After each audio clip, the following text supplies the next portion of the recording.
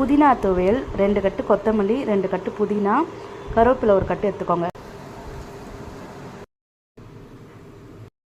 எண்ணெயில் போட்டுக்கோங்க.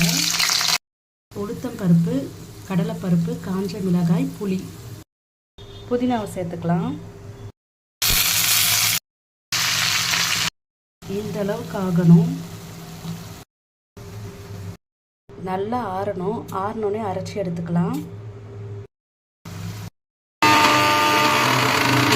கொரப்பாக அரைச்சி எடுத்துக்கோங்க. ரொம்ப முழமுழன்னு வேண்டாம்.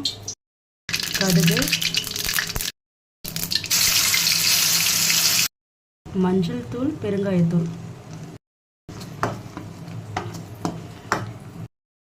ரெடி ஆகிடுச்சு. இட்லி சூடாக இருக்கிறனால இப்படி இருக்குது.